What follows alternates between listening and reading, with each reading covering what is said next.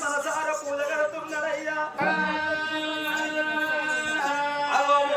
అంటున్నాడు ఓంకారం ఇస్తున్నాడు శివ శివ అనుకుంటే శివ పూజ చేస్తున్నాడు లోకాల శంకరుడేమో హిమగిరి పర్వతాలు ఉంటున్నాడు నా అమ్మవారు పార్వతమ్మో పంచాదిగిరిలోనేమో పార్వతమ్మ ఉన్నది కానాడు పార్వతమ్మ ఏమనుకున్నది నా భరత లోకాల శంకరుడు మట్టితోటి లింగాన్ని చేస్తున్నాడు మనసార పూజ కడుతున్నాడు నా భరత మట్టితోటి లింగాన్ని చేసి మనసార పూజ కడితే ఇల్లాదికి రాదు భార్యాదికి రాదు